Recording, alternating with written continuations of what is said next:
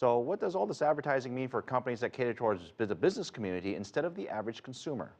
SAP's Jonathan Becher talked about how the software maker will use analytics to catch the eye of the target audience. We have a relationship with the NFL. We're in the second year of a partnership with them where we use our software technology, primarily analytics, to help fans get closer to the game, to figure out not just what's happening on the field, but the meaning behind it. Let me just give you a simple example. If you're a fantasy football player, and there are lots of them out there, you can use what we call a player comparison tool to help you decide, even though you're an amateur, who you should start, who you should trade, who's the best player on the virtual field. Rather than using gut, you can use data to make that decision. Okay, a lot of people who are watching the Super Bowl, quite honestly, not everyone knows all the rules to the game. They're watching it because it's an event in itself. Of those people that are watching, who is your target audience? Who is SAP trying to target when you're there in large part because of the marketing and branding, right? Yeah, that's right. But one of the things that differentiates us is not just about the logo. And it's great that there are 60-some thousand people in the stadium. And it's great that there are 1 million people here in Times Square that will see our identity. And it's great that there are an estimated tens of million people online. But the bottom line is we are looking for business people that want to learn how to make better decisions to drive their business. And rather than doing that based on what they think they're going to happen, they're going to look at data that predicts the future and do that. And by showing them how data can make better decisions about the big game, who's going to win, who's going to start, what play is going to get called, then we hope that they translate that into how they can make better decisions about their business.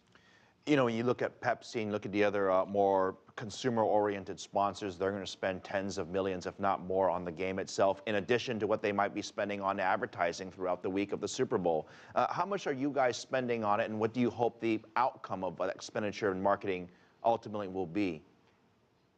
Well, so we're definitely not one of the top advertisers when you throw out numbers like that. We're smaller than the big brands. On the other hand, we're not just doing the advertising. As I said, we're embedding ourselves in the game. For example, we track social sentiment so that we know that in the northeast of the U.S., most fans are actually rooting for Denver, whereas in China, most fans are rooting for Seattle. And by showing that it's not just about the logo, that in fact our technology makes the game better, we get much better advertising and it turns into real revenue for us. I mean, I think it's pretty cool that you're enhancing sort of the fan experience, even though 99% of the people can't be in the stands, they can kind of follow it online. And I guess that leads to this whole social media, the data collection, this outreach, not just for consumers and businesses. How does social media play a role in this sort of new wave of marketing when it comes to big events like the Super Bowl? Yeah, in fact, a lot of people in the past have talked about something called the second screen, meaning don't just watch what's on your TV, but watch what's on your device. But I think the second screen misses the point. This is a multi-screen and a multi-channel experience. And so we see tens of millions of people watching the game on Twitter, on Facebook, on our digital platforms, and they want to experience it with their friends as well. We track all that and bring them together. There are a lot of companies around the world who look at the Super Bowl and say, I want to be there. I want to be a sponsor. What advice would you give them?